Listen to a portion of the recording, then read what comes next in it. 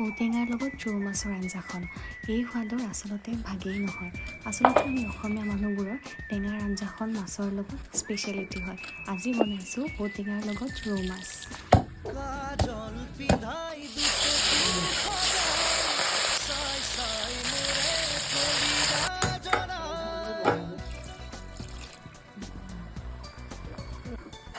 কাজল পিধাই দুচকু সজাই চাই চাই মোৰে কলিজা জনাই কিনো ৰং চাব খোজা এই দুৰেই কাষ হোৱা তিনি আখৰ প্ৰীতি প্ৰীতিৰে